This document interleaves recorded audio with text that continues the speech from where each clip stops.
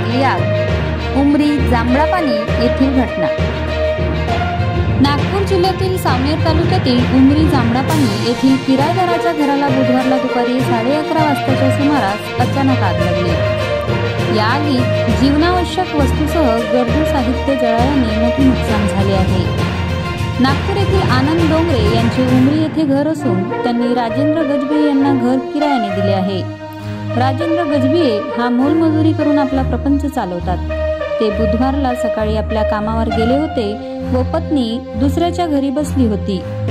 तेवढ्यात आतून धूळ येत असल्याचे शेजाऱ्यांना कळले। त्यांनी लगेच ही बाब माजी सरपंच नरेंद्र लांजेवार यांना कळविली।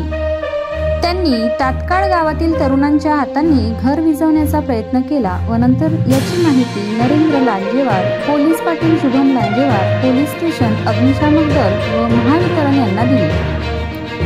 लगेच अग्निशामक दलांनी येऊन आग विझवली। तोपर्यंत घरातील जीवनावश्यक वस्तूसह गरजू साहित्य जळून खाक झाले होते।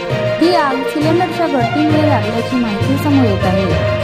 तरी तहसीलदार यांनी याची चौकशी करून गजभिये कुटुंबियांना लवकरात लवकर आर्थिक मदत द्यावी अशी मागणी उमरी येथील सरपंच विशाखा लांजेवार यांनी केली आहे।